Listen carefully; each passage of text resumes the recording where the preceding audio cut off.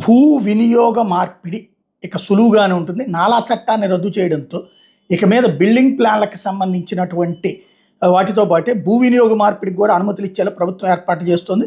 ఇందుకోసం ఎకరాకి 4% చొప్పున స్టాంపుల్ రిజిస్ట్రేషన్ శాఖ ధరల ప్రకారం బాహ్య అభివృద్ధి రుసుము అంటే ఎక్స్టర్నల్ డెవలప్మెంట్ ఛార్జీలు వసూలు చేస్తారు. మార్గదర్శకాలు త్వరలో వెలువడబోతున్నాయి. ఇది రియల్ ఎస్టేట్ రంగానికి పెద్ద శుభవార్త.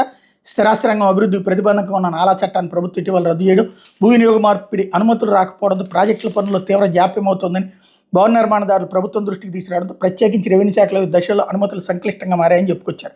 నాలా చట్టంలో భూ వినియోగ మార్పిడి అనుమతుల కోసం 5% వసూలు చేసేదాన్ని ఇప్పుడు 1% తగ్గించి 4% పేరు మార్చి బాహ్య అభివృద్ధి రుసుము పేరుతో వసూలు చేస్తారు. అయితే ఇక్కడే సమస్యల్లో ఏంటంటే వీటిట్లలో అధికారుల పాత్ర అధికారుల లంచం కోసం ఉంది.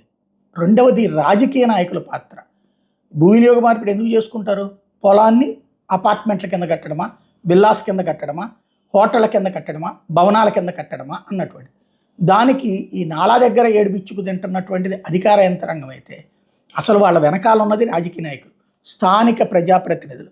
స్థానిక ప్రజాప్రతినిధులు పెట్టినటువంటి మనుషులే ఎంఆర్ఓలు లేకపోతే ఎండిఓలు ఇట్లాంటి వాళ్ళు ఏం చేస్తున్నారు? ఇంతని డబ్బులు అడుగుతున్నారు. వాళ్ళకి డబ్బులు ఇస్తేనే అది ఓకే చేయమంటున్నారు. వాళ్ళకి ఇప్పుడు ఫర్ ఎగ్జాంపుల్ ఒక ఎకరం ఉందంటే నాకు ఒక 200 గజాలకు సంబంధించిన డబ్బులు, లేదా నాకు 50 లక్షలు ఇస్తా, 1 కోటి ఇస్తా. వీళ్ళు ఏ వెంచర్ పెడతానంటున్నారో ఆ స్థాయిలో వీళ్ళు కనీసం 5% తక్కువ కాకుండా 10% వరకు కూడా డిమాండ్ చేస్తున్నారు.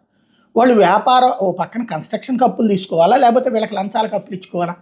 ఇది పెద్ద సమస్యగా మారుతుంది. కాబట్టి ఆ దోపిడీ నుంచి విముక్తి ఇప్పుడు ఇది మంచి ఆలోచన. బాబు గారి ఆలోచన మంచిది, లోకేష్ గారి ఆలోచన మంచిది, రియల్ ఎస్టేట్ వ్యాపారులకు ప్రయోజనం.